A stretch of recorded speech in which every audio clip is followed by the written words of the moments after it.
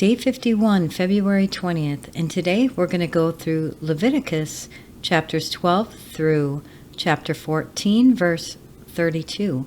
And this is approximately 1445 BC.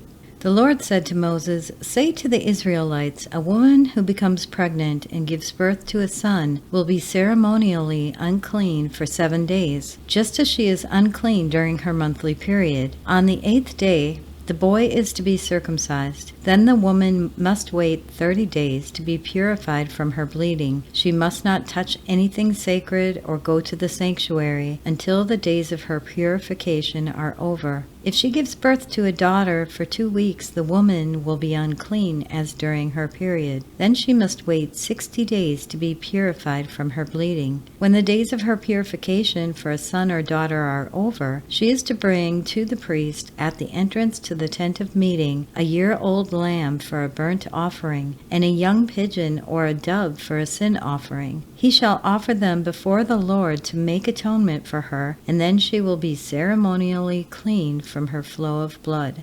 These are the regulations for the woman who gives birth to a boy or a girl, but if she cannot afford a lamb, she is to bring 2 doves or 2 young pigeons, one for a burnt offering and the other for a sin offering. In this way the priest will make atonement for her, and she will be clean.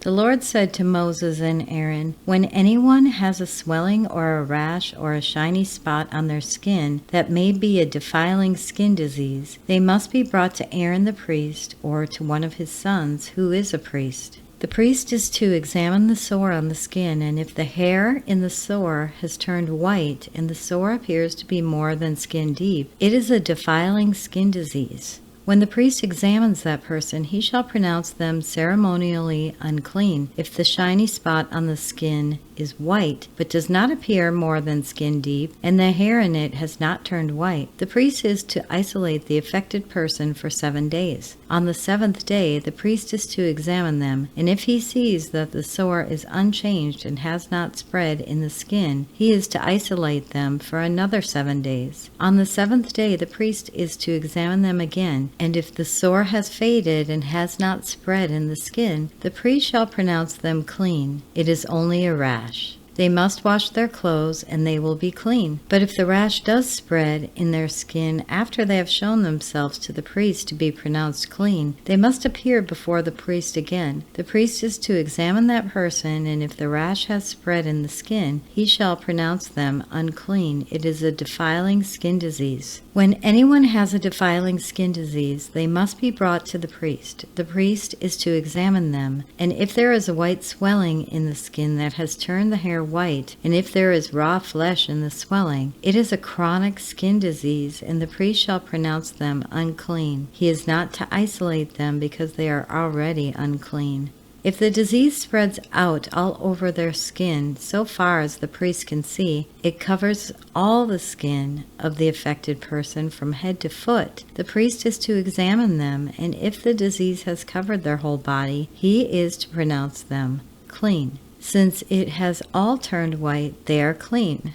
But whenever raw flesh appears on them, they will be unclean. When the priest sees the raw flesh, he shall pronounce them unclean. The raw flesh is unclean. They have a defiling disease. If the raw flesh changes and turns white, they must go to the priest. The priest is to examine them, and if the sores have turned white, the priest shall pronounce the affected person clean. Then they will be clean. When someone has a boil on their skin and it heals, and in the place where the boil was a white swelling or reddish-white spot appears, they must present themselves to the priest. The priest is to examine it, and if it appears to be more than skin deep, and the hair in it has turned white, the priest shall pronounce that person unclean. It is a defiling skin disease that has broken out where the boil was. But if, when the priest examines it, there is no white hair in it, and it is not more than skin deep and has faded, then the priest is to isolate them for 7 days. If it is spreading in the skin, the priest shall pronounce them unclean. It is a defiling disease. But if the spot is unchanged and has not spread, it is only a scar from the boil, and the priest shall pronounce them clean. When someone has a burn on their skin and a reddish white or white spot appears in the raw flesh of the burn, the priest is to examine the spot, and if the hair in it has turned white, and it appears to be more than skin deep, it is a defiling disease that has broken out in the burn. The priest shall pronounce them unclean. It is a defiling skin disease. But if the priest examines it, and there is no white hair in the spot, and if it is not more than skin deep and has faded, then the priest is to isolate them for 7 days. On the 7th day, the priest is to examine that person, and if it is spreading in the skin, the priest shall pronounce them unclean. It is a defiling skin disease.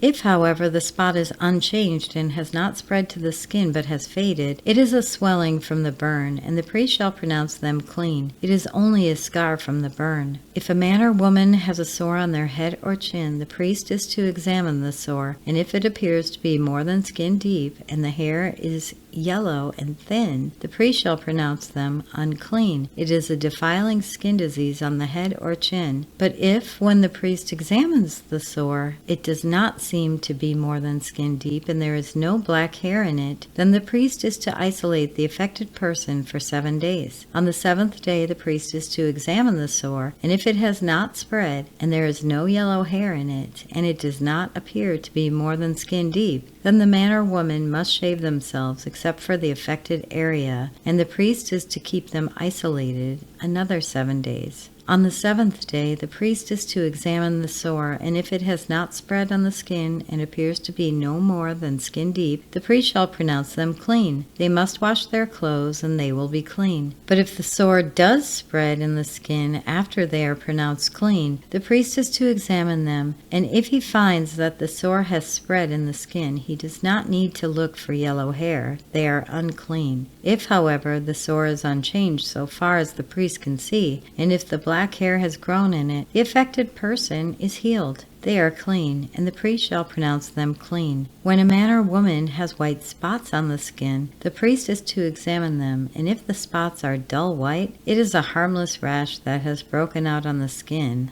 They are clean. A man who has lost his hair and is bald is clean. If he has lost his hair from the front of his scalp and has a bald forehead, he is clean. But if he has a reddish-white sore on his bald head or forehead, it is a defiling disease breaking out on his head or forehead. The priest is to examine him, and if the swollen sore on his head or forehead is reddish-white, like a defiling skin disease, the man is diseased and is unclean. The priest shall pronounce him unclean because of the sore on his head. Anyone with such a defiling disease must wear torn clothes, let their hair be unkempt, cover the lower part of their face, and cry out, "Unclean, unclean!" As long as they have the disease, they remain unclean. They must live alone. They must live outside the camp. As for any fabric that is spoiled with a defiling mold, any woolen or linen clothing, any woven or knitted material of linen or wool, any leather or anything made of leather, if the affected area in the fabric, the leather, the woven or knitted material, or any leather article is greenish or reddish, it is a defiling mold and must be shown to the priest. The priest is to examine the affected area and isolate the article for 7 days. On the 7th day he is to examine it, and if the mold has spread in the fabric, the woven or knitted material, or the leather, whatever its use, it is a persistent defiling mold. The article is unclean. He must burn the fabric, the woven or knitted material of wool or linen, or any leather article that has been spoiled. Because the defiling mold is persistent, the article must be burned. But if, when the priest examines it, the mold has not spread in the fabric, the woven or knitted material, or the leather article, he shall order that the spoiled article be washed. Then he is to isolate it for another 7 days. After the article has been washed, the priest is to examine it again, and if the mold has not changed its appearance, even though it has not spread, it is unclean. Burn it, no matter which side of the fabric has been spoiled.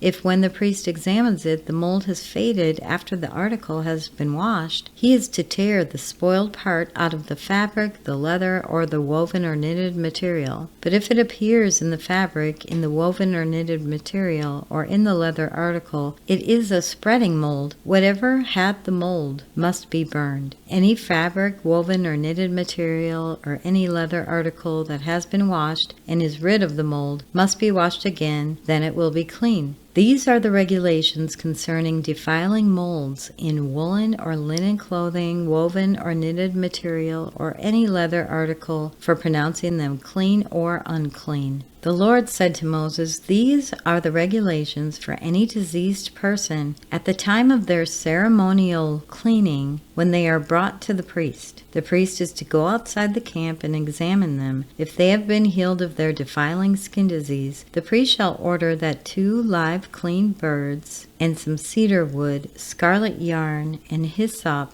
be brought for the person to be cleansed. Then the priest shall order that one of the birds be killed over fresh water in a clay pot. He is then to take the live bird and dip it, together with the cedar wood, the scarlet yarn, and the hyssop, into the blood of the bird that was killed over the fresh water. 7 times he shall sprinkle the one to be cleansed of the defiling disease, and then pronounce them clean. After that he is to release the live bird in the open fields. The person to be cleansed must wash their clothes, shave off all their hair, and bathe with water. Then they will be ceremonially clean. After this they may come into the camp, but they must stay outside their tent for 7 days. On the 7th day they must shave off all their hair. They must shave their head, their beard, their eyebrows, and the rest of their hair. They must wash their clothes and bathe them with water, and they will be clean. On the 8th day they must bring 2 male lambs and 1 ewe lamb a year old, each without defect, along with 3/10 of an ephah of the finest flour mixed with olive oil for a grain offering, and 1 log of oil. The priest who pronounces them clean shall present both the one to be cleansed and their offerings before the Lord at the entrance to the tent of meeting. Then the priest is to take 1 of the male lambs and offer it as a guilt offering, along with the log of oil. He shall wave them before the Lord as a wave offering. He is to slaughter the lamb in the sanctuary area where the sin offering and the burnt offering are slaughtered. Like the sin offering, the guilt offering belongs to the priest. It is most holy. The priest is to take some of the blood of the guilt offering and put it on the lobe of the right ear of the one to be cleansed, on the thumb of their right hand, and on the big toe of their right foot. The priest shall then take some of the log oil, pour it in the palm of his own left hand, dip his right forefinger into the oil in his palm, and with his finger sprinkle some of it before the Lord 7 times.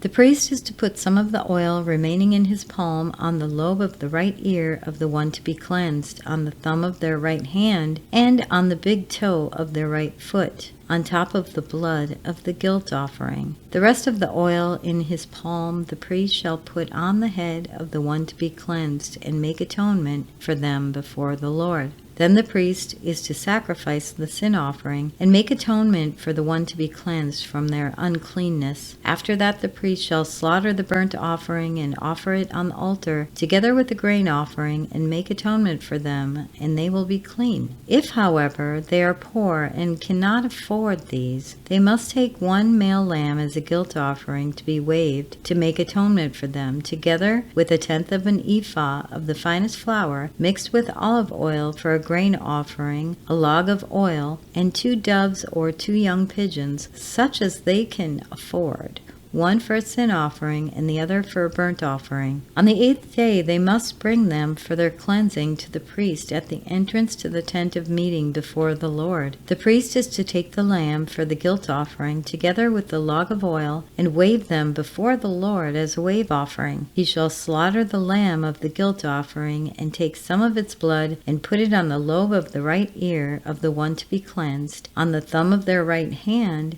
and on the big toe of their right foot. The priest is to pour some of the oil into the palm of his own left hand, and with his right forefinger sprinkle some of the oil from his palm 7 times before the Lord. Some of the oil in his palm he is to put on the same places he put the blood of the guilt offering, on the lobe of the right ear of the one to be cleansed, on the thumb of their right hand, and on their big toe of their right foot. The rest of the oil in his palm the priest shall put on the head of the one to be cleansed, to make atonement for them before the Lord. Then he shall sacrifice the doves or the young pigeons, such as the person can afford, one as a sin offering and the other as a burnt offering, together with the grain offering. In this way the priest will make atonement before the Lord on behalf of the one to be cleansed. These are the regulations for anyone who has a defiling skin disease and who cannot afford the regular offerings for their cleansing. And that concludes today's reading. If you have thoughts to share or questions to ask, we do fellowship in Telegram and on the X community for the Chronological Bible Study. You can find links to those in the description. I really encourage everyone to ask questions. Don't hold back.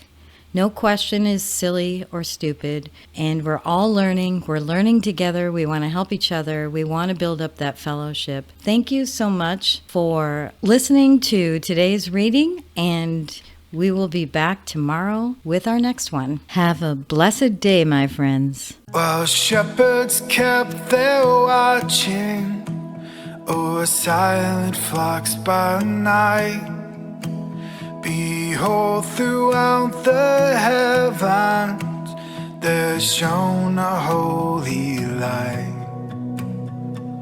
Go tell it on the mountain, over the hills and everywhere. Go tell it on the mountain that Jesus Christ is born.